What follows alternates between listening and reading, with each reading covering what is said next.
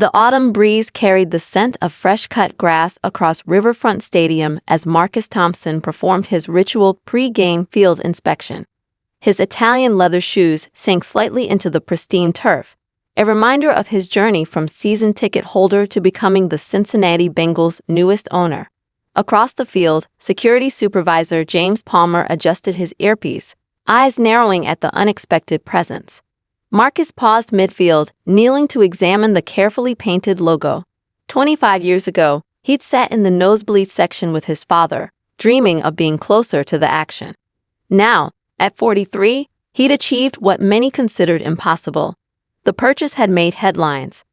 Tech entrepreneur makes history with NFL team acquisition.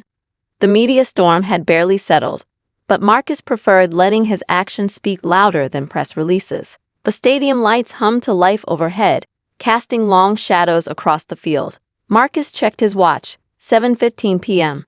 The maintenance crew had done an excellent job preparing for tomorrow's season opener. He made a point of learning every department head's name, understanding that success came from respecting every role, from groundskeeper to quarterback. From his vantage point, Palmer continued observing the well-dressed stranger. In his 15 years of security work, he'd developed what he considered a sixth sense for trouble. The man's expensive suit didn't sway his suspicion. If anything, it heightened it.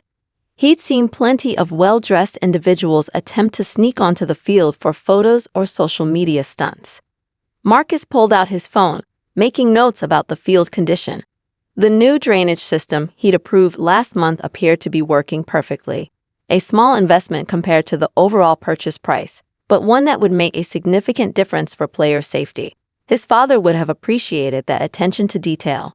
The memories of watching games with his dad flooded back.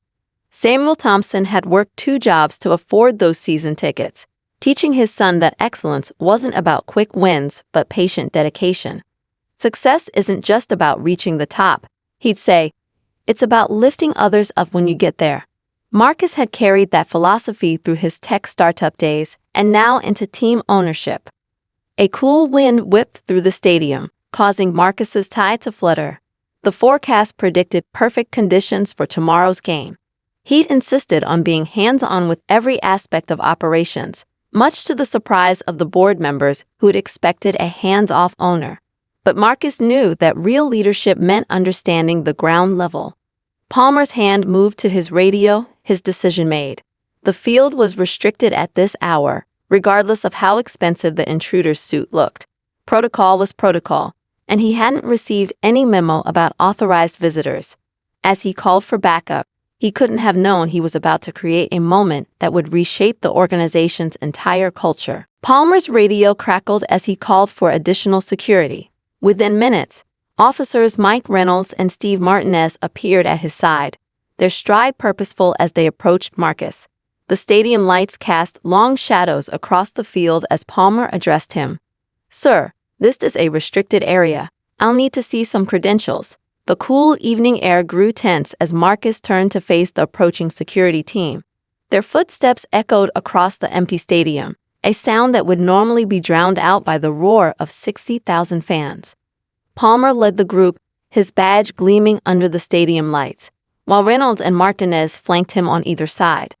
Marcus recognized the formation, a standard security approach he'd studied during his recent review of stadium protocols. He'd spent hours going through every procedure manual, believing that understanding the smallest details made the difference between good and great leadership.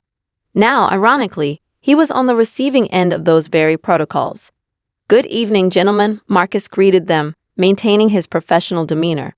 He'd faced similar situations before, particularly during his early days in Silicon Valley when he'd show up to investor meetings and be mistaken for a delivery person. Experience had taught him that composure was his strongest ally.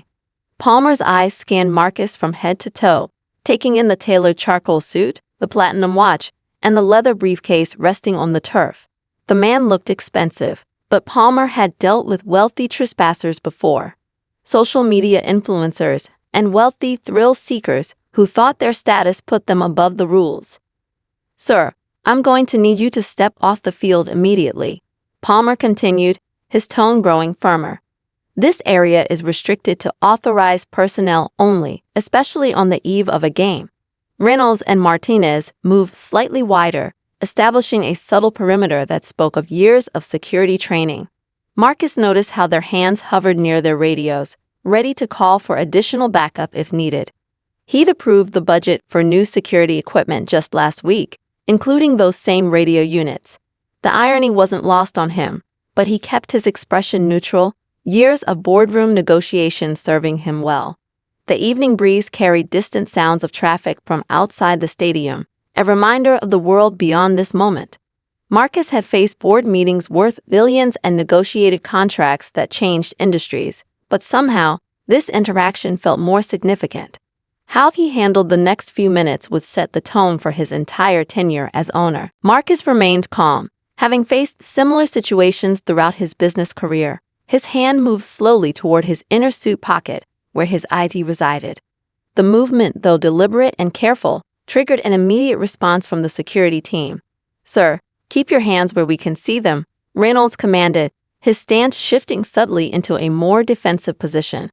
The stadium's evening silence amplified every word, every movement. Marcus's mind flashed back to a conversation with his father years ago, discussing how to navigate these moments with dignity. Samuel Thompson's words echoed in his thoughts. "Your response in these situations doesn't just represent you. It represents everyone who looks like you." Martinez stepped forward, his expression professionally neutral but his body language tense. "Sir, if you have identification, please tell us before reaching for it." The request was standard procedure, but the undertones of the situation weren't lost on anyone present. The air grew heavier with unspoken implications. From the corner of his eye, Marcus spotted movement in the stands. A few maintenance workers had paused their evening routines, watching the scene unfold. Among them, he recognized Robert Chen, the head groundskeeper he personally commended last week for his innovative approach to turf management. Robert's concerned expression told Marcus that word of this incident would spread quickly through the stadium staff. "I understand your concerns," Marcus spoke, his voice steady and measured. "I'm reaching for my ID in my left inner pocket." He narrated his movements with the practiced patience of someone who'd done this dance before. His Harvard Business School class on crisis management hadn't covered this specific scenario, but the principles remained the same: clear communication, controlled emotions, strategic thinking. Palmer watched intently as Marcus slowly retrieved his wallet. The security director's expression remained skeptical, even as the leather bifold emerged. Years of experience had taught Palmer that appearances could be deceiving, and even the most polished exterior could mask unauthorized intentions. He'd encountered enough creative trespassers to maintain his suspicion until proper verification. The stadium lights buzzed overhead, casting harsh shadows that seemed to underscore the tension of the moment. Marcus could have ended this immediately by calling any number of people: the team's general manager, the head coach, even the NFL commissioner. But he chose to let the situation play out, understanding that this moment could become a powerful catalyst for change within his organization. Other stadium staff began gathering, drawn by the unusual scene unfolding on the field.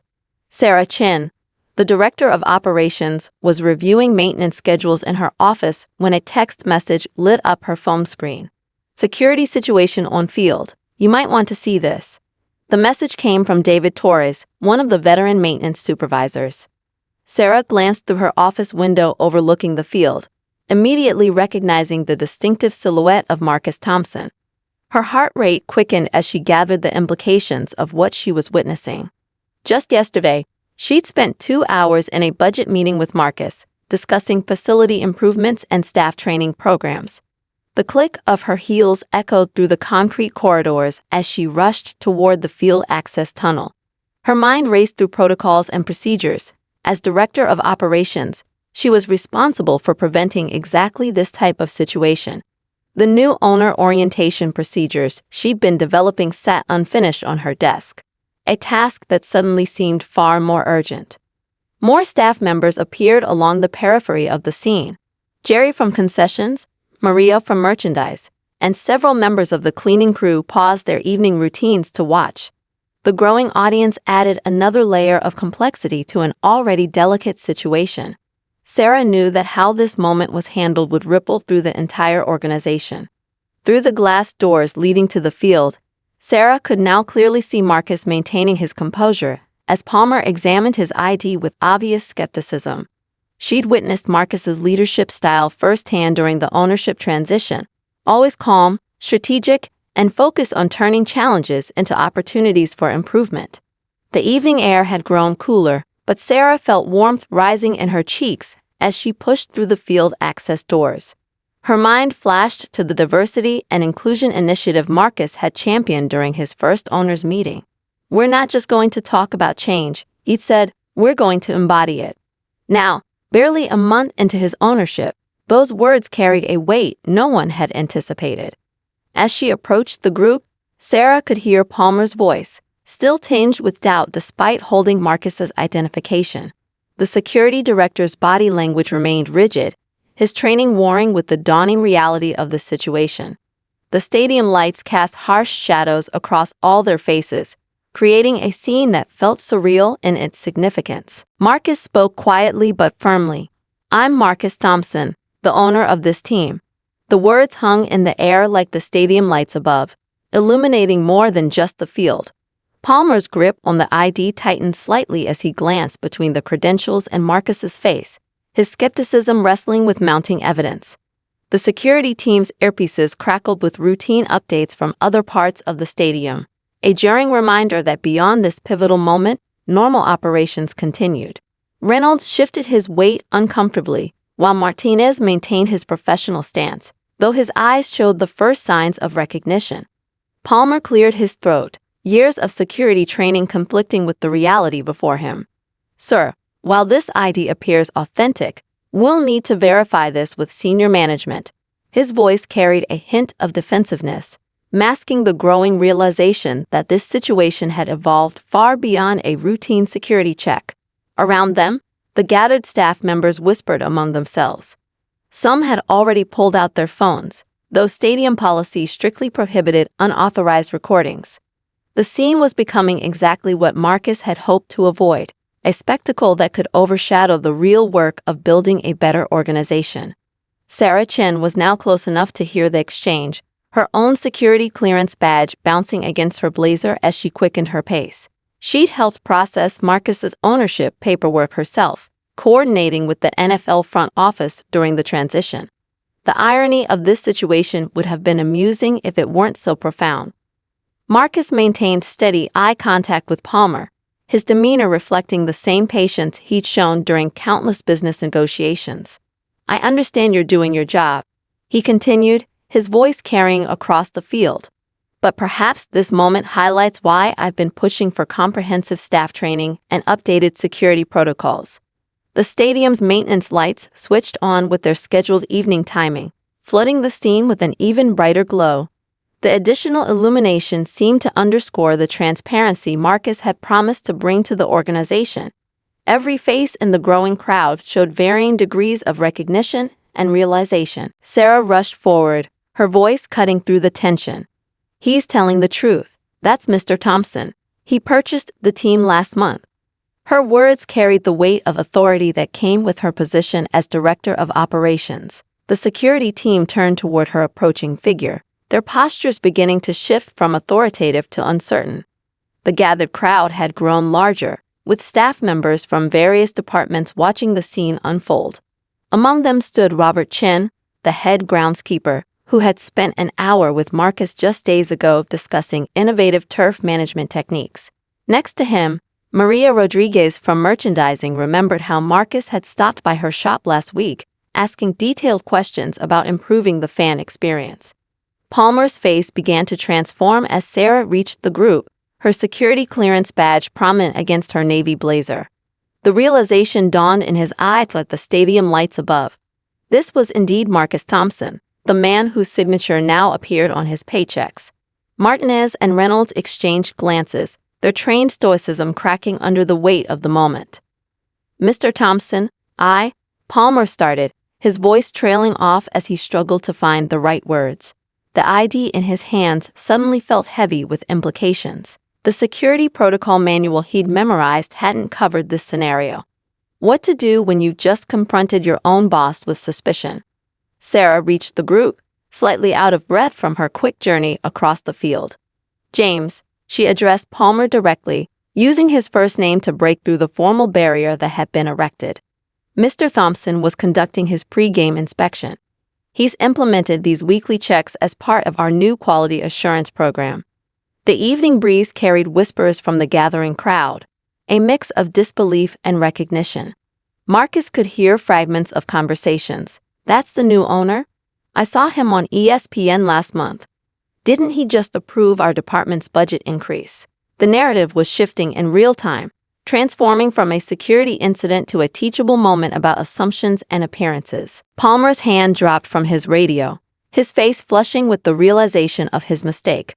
Looking at Marcus's ID one final time, he extended it back with slightly trembling fingers. The other officers stepped back, their previous authoritative stance dissolving into professional embarrassment.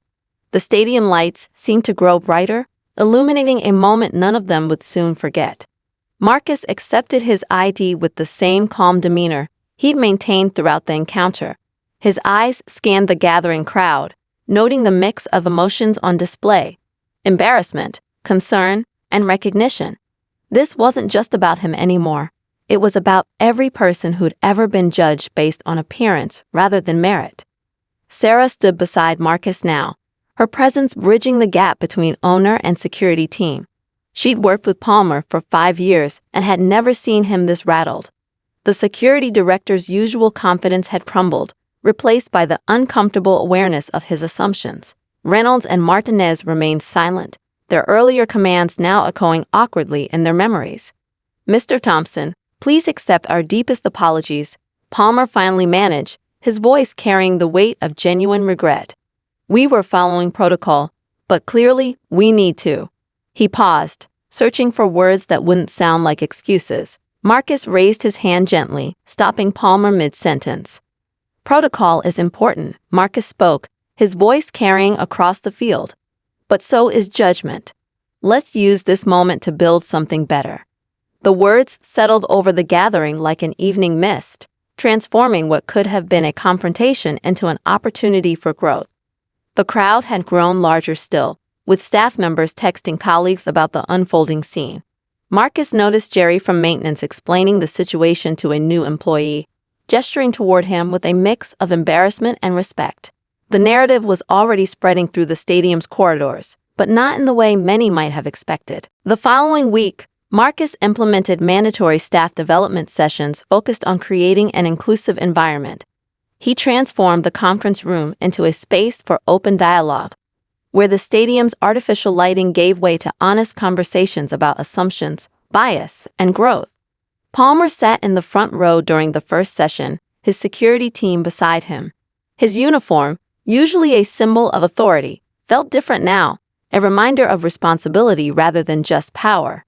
As Marcus shared his story, Palmer found himself nodding, understanding dawning in ways that policy manuals could never teach. The training wasn't about shame or blame. Marcus wove his experiences into a larger narrative about organizational excellence, connecting personal awareness to professional success. He shared stories from his journey, from the startup days in Silicon Valley to NFL ownership, each illuminating the subtle ways assumptions shape interactions. Sarah Chen had helped develop the curriculum, incorporating real scenarios from various departments. The security incident became a case study in decision-making, examining how protocol and judgment could work together rather than against each other. Staff members engaged actively, sharing their own experiences and insights. The impact rippled beyond the stadium walls. Other NFL teams requested information about the program, impressed by its practical approach to cultural change. Palmer, initially hesitant, became one of its strongest advocates. He spoke at department meetings about the importance of combining security protocols with human understanding. Marcus's approach to the incident became a model for leadership in professional sports. Rather than firing staff or making examples, he'd chosen to educate and elevate. The training sessions evolved into a comprehensive development program, focusing on communication, leadership, and inclusive decision-making at every level. By season's end, the stadium operations had transformed. Staff members reported feeling more connected to the organization's mission. Palmer's security team developed new protocols that maintained safety while acknowledging human dignity. The incident that could have divided them had instead become a foundation for unity. Looking out over the field one evening, Marcus remembered his father's words about success. The stadium lights illuminated more than just the turf now. They shone on an organization learning to see beyond surface appearances, growing stronger through understanding and respect.